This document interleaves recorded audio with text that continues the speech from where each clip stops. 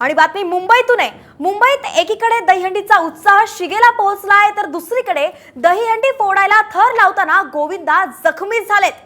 41 गोविंदा जखमी झाल्याची माहिती मिळाली आहे। 8 गोविंदा उपचारासाठी रुग्णालयात दाखल झाल्याचंही कळतंय। आपण पाहतोय की मुंबईत सगळीकडेच गोविंदांची थर लावण्यासाठी मोठी गर्दी होतीये, परंतु याच दरम्यान त्यांना दुखापत सुद्धा होतीये। जवळपास 41 गोविंदा जखमी झाल्याची माहिती आतापर्यंत मिळतीये। मागे वा, पकडला का रे व्यवस्थित? अरे जोरदार टाळा झाला पाहिजे। सावकाश सावकाश, आरामात। आणि बातमी मुंबईतून आहे। मुंबईत एकीकडे दहीहंडीचा उत्साह शिगेला पोहोचलाय तर दुसरीकडे दहीहंडी फोडायला थर लावताना गोविंदा जखमी झालेत।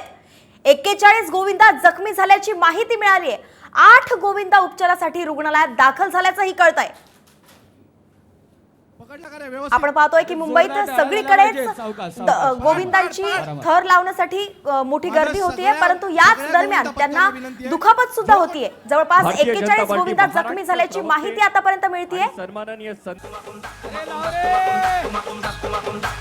मागे वा, पकडला का रे व्यवस्थित? अरे जोरदार टाळा झाला पाहिजे। सावकाश सावकाश, आरामात।